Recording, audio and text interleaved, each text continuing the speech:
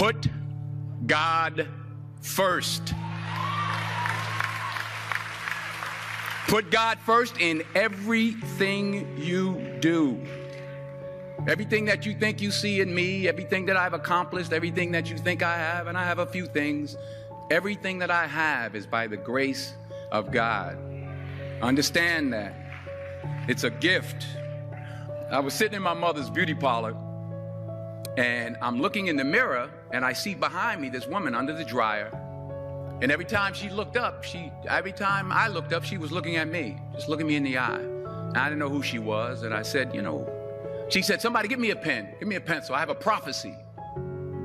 March 27, 1975. She said, boy, you are going to travel the world and speak to millions of people.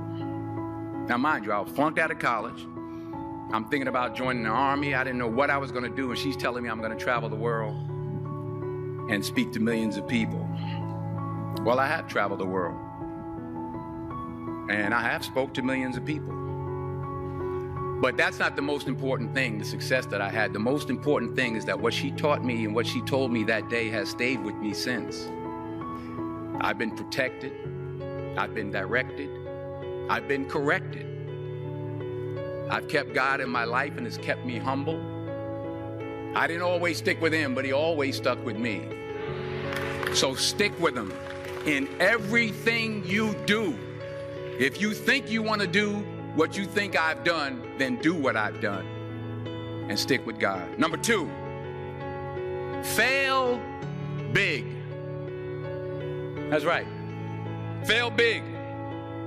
Today's the beginning of the rest of your life, and it can be very frightening. It's a new world out there. It's a mean world out there, and you only live once. So do what you feel passionate about. Take chances. But don't be afraid to go outside the box.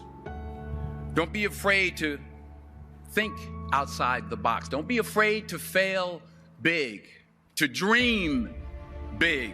But remember, dreams without goals are just dreams, and they ultimately fuel disappointment.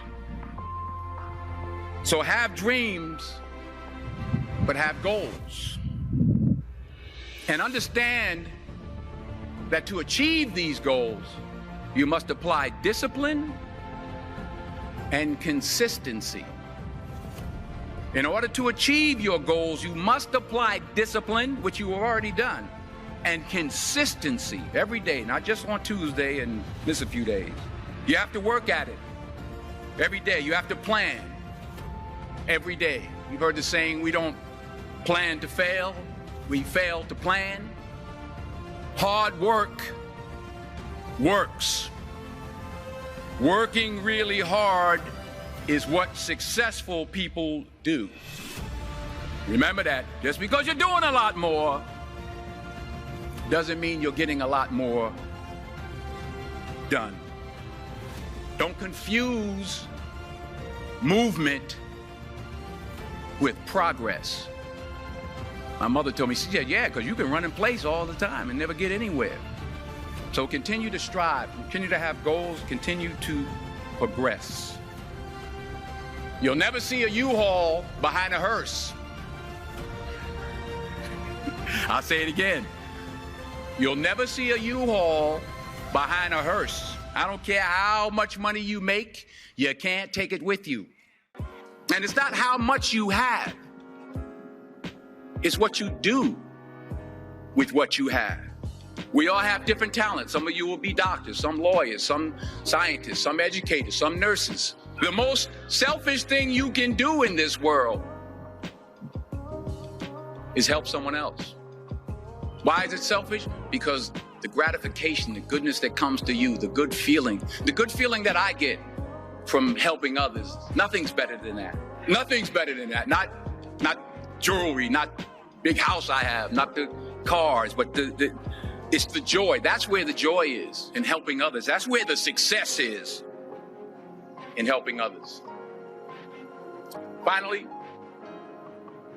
I pray that you put your slippers way under the bed tonight, so that when you wake up in the morning, You have to get on your knees to reach them.